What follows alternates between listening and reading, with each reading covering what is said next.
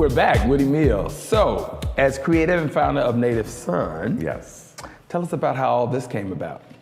So, it's interesting, we were talking about Essence. So when I was at Essence, it was so powerful to me to see how Black women supported other Black women. Right. Poured into each other, lifted each other up. If something was wrong, they rallied. Yeah. If they wanted to support something, they rallied. Yeah.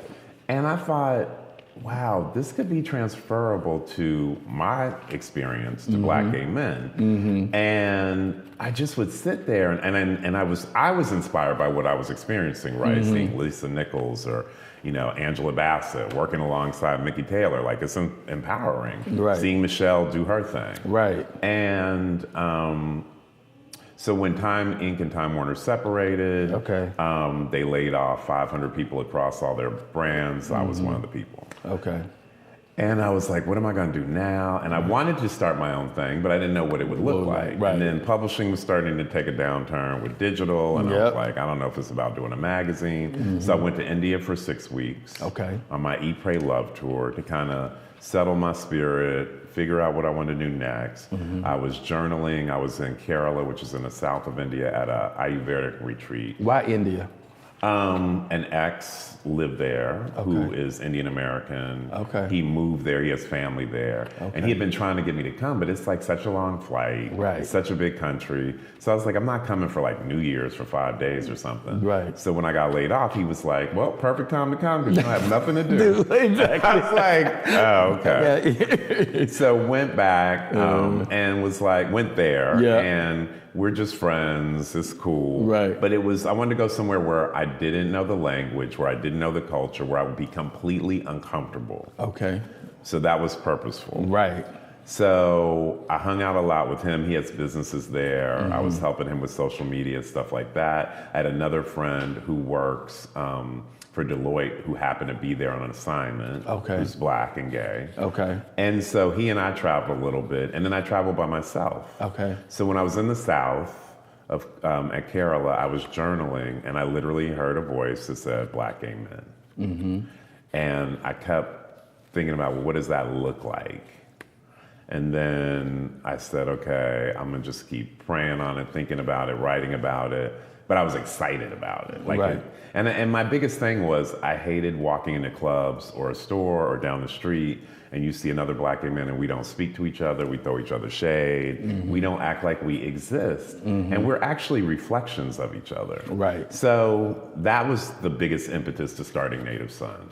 I came back and I was like, everybody, I got this great idea. God spoke to me in India. He said Black gay men. And they all looked at me and they were like, you've been doing that work. You've been talking about doing this for years. And I was like, oh. Yeah. But I needed that moment of clarity. Right. And you needed to be away from all the distractions. Right. Yeah. So I look up on my bookshelf at home, I see Notes of a Native Son by James Baldwin. So from a branding perspective, I was like, that's the perfect name. He's the perfect kind of icon. Muse is not the right word, but icon, right? For Black gay men. Because he's powerful, he was political, he was artistic, but also stylish. But also too, when you think about it, his story, like people knew, but people didn't know. Right. And that's the Black gay community. Yeah. People know, people don't know, people think they know. Challenges with the church, challenges with his father. Right. Harlem, I mean, Paris, it's all of it. So I chose that name. And then I started talking about it because my friend Bevy Smith says you got to talk about your dreams to actualize them and manifest them. So I kept talking about it. I would meet with groups of Black gay men who worked in media to get their take on it. And then I just started setting up random meetings with people I didn't know, Black gay men of all ages, to talk to them about their coming out stories, talk to them about what makes them happy, what are their challenges, what scares them, do they know their HIV status, all these different things. And some of it was inspiring and some of it was heartbreaking because it would bring up, breaches or wounds within me that I kind of put away.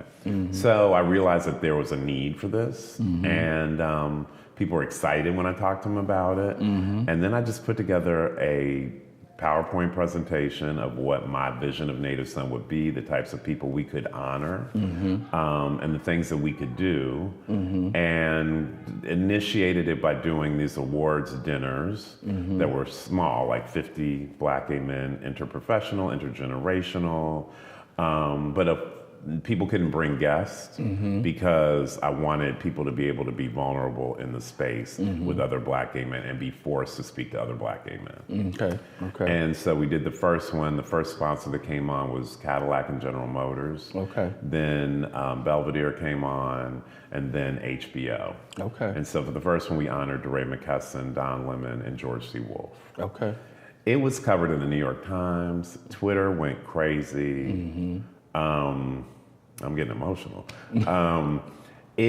I didn't expect it to be received The way it was. the way it was, and a lot of people say, yeah, but it's you, so you're neglecting who you are, and the fact that you would take this on, and then that you see things through a media creative lens, so you made it a big thing. So when it was in the New York Times, I realized that this was it. Right.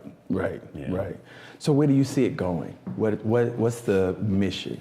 So the mission is, when I describe it for the elevator pitch, is Native Son is inspiration and empowerment for Black gay men. Okay. It's how we see each other and how we celebrate each other. And we want to own our narrative, and we want to amplify our visibility in the Black gay community, in the Black community, and in the world. Okay.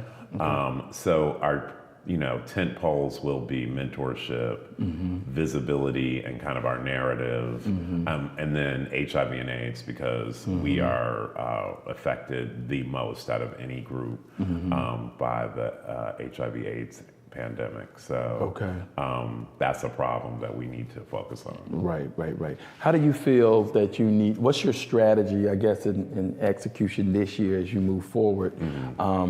What are you trying to produce in order to bring awareness around the elements that you described? Yeah, so that's a great question. I think last year we had a lot of parties, and it was fun.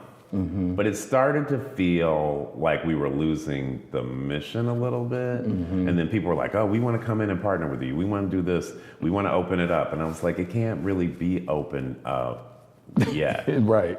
Because we don't know what it is. We're still building the foundation of what it is. So it's ever growing. So to answer your question, this year I've been more purposeful about alignments with other Black gay men, other parts of the community that I don't know, younger Black gay men, and then building the infrastructure, right? So I'm out there shopping for a deal to get money, to fundraise, to build a very beautiful, amazing website. I'm in talks we're developing a television platform. Okay. We are about to have a product capsule collection with Bloomingdale's. Okay. And then we're doing more conversations and also partnering with other organizations around narrative and around storytelling and around visibility. Are you working with any advocacy groups to, like the Black Gay Men's Institute and all that kind of stuff? We partner on things together. We support each other. So with Moby and the 10th and some of the GMAD and some of the organizations, we're partnering on things, but everyone kind of owns their own lane. Yeah. And so Native Son is very specifically focused on Black gay professional men. Okay. And the reason I chose that is that's me, but also there's a huge community of us, and I'm meeting more and more every single day. The other thing about that is my long-term goal is galvanize the professional Black gay men, like if you think of 100 Black men, and then we'll go into the community and fundraise and do all these projects so that we will have visibility that way so people can see us and it becomes aspirational. Okay. Have you set it up as a, excuse me, as a 501(c)(3)? We're doing all of that paperwork. So that's exciting / really hard because it's very detailed stuff. But the filing is done. We're just waiting to get back. So now there's more foundations that want to support us. And then we're also about to announce a new partnership with a big organization that will plug us into a lot of millennial Native sons. Okay. Which I think is really important. Okay. And that part will be important to embrace the gender fluid, non-conforming, creative millennial types that may not necessarily want to be up in a Cadillac house having dinner with all the bougie older gentlemen. Right. But they still consider themselves Native son. Right. Because there's such a difference in the last 20 years about how men see themselves, or gay black men see themselves, and getting caught up on a label or a term or whatever the case may be. Are you doing any crowdsourcing, crowdfunding, anything like that? So, any, grant talking writing? to people to help me with the crowdfunding, like Charlie Lewis and some other people. What's happening now, which is really great, is that people are coming to me and saying, this is how I can help you with crowdsourcing and fundraising. Okay. This is how I can help you with a newsletter. Okay. This is how I can help you with setting up your website. So the community is starting to take on and come Native around Son. And so it's Okay. not just me, which is beautiful. That's what you want. That's what I want. This will live beyond me. Right. Okay. All right. And speaking of that, thank you. Perfect segue. Where do you see Native Son in 5 years from now? So a lot of people. Because I hate that. Even though I hate that question, but Listen, I just want to see where your mind is going. A lot of people have been asking me that, especially the sponsors. And I just came back from Vancouver from the TED conference. Okay. So you did a TED Talk?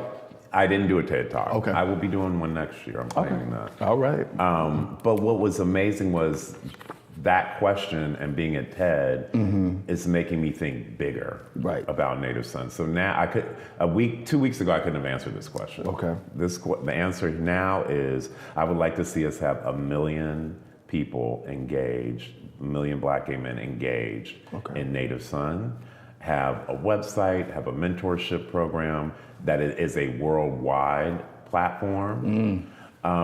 And that we can raise money to eradicate HIV and AIDS in the black community. That we can have sustainable mentorship programs that develop young black self-identified gay men so that they can grow up and be healthy and whole. And that we have a big media platform and brick and mortar Native Son houses. Okay. Sounds good. There's a lot of that. I mean, there are a lot of kids that are they face suicide. They face being, thrown out of the house, bullied in school and everything like that. So that's a great avenue and a great.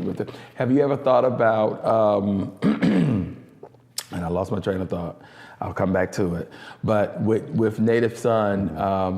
I think now I love what you said as far as the 1 million gay black men and having that mentorship program because I think back before coming out and being gay and gay was accepted for the masses and it was still going through that. There used to be smaller communities of gay men in the particular cities like DC and Atlanta and stuff like that. But for the gay black man that lives in Huntsville, Alabama, or Tupelo, Mississippi, or whatever the case may be. Or Ghana. Ghana, right. Or thank you. To have that as a place where they can go and feel comfortable and get questions answered and asked, I think is really, really, really, really important. So I applaud you for that. Do you think you get this, or do you think you're being able to be free because of who your parents were and what they instilled in you, because they were such activists and such educators and free in their own right for African American men, male, female in Ohio? Yes. Especially Cincinnati. Yeah, no, my parents, I am because of my parents. I mean, a lot of people don't know I'm adopted. So that was a blessing that I was adopted by this very kind of modern revolutionary family. My mother's from Des Moines, Iowa. My father's from St. Croix. They have multiple degrees. My mother was very artistic, but was also an activist. My father was an architectural engineer and a lawyer, and they were both active in the church. So all of these things gave me the strength and stability and freedom to know that I was different and be okay with it. And when I say different, I mean other. Like, I'm black, I'm gay, I'm a man, I'm creative, all those things, spiritual base, all those things make me who I am and be able to create all these different things. So I'm grateful because they always taught me, like, use your voice, don't let anybody kind of take advantage of you, and speak up for yourself. Right. And so those are all the things I'm doing. Right. You've always been about brand building, and that's really kind of how I see you as an image maker, brand builder. Yeah. So Native Son, what you've done in such a short period of time, like I say, I applaud you for that. What's on tap other than Native Son for you? You got any other things that you're working on? So there's some new things that I can't say yet that are coming.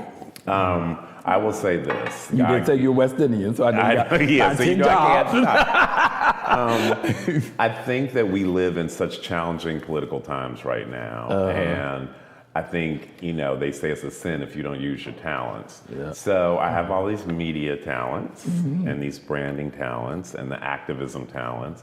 So I'm about to put all of that together. Okay.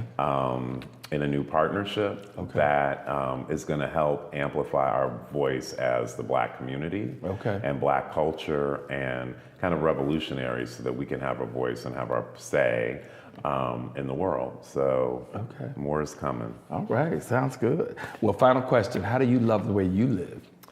I was thinking about this question on the way here, and I thought, I love the way I live because life is a blessing. It's a blessing to do this interview. It's a blessing to go to my friend's 50th birthday party last night. It's a beautiful day. I'm alive. Why not live and love and be happy in it? Right. So I just appreciate everything. I'm grateful for everything. All right. And there you have it, everybody. I want to thank our guest, Emil Wilbekin, for coming in. Thank you. Emil's information will be all on my social media at LoveTheWayYouLiveNYC.com. And until next time, celebrate life and continue to love the way you live.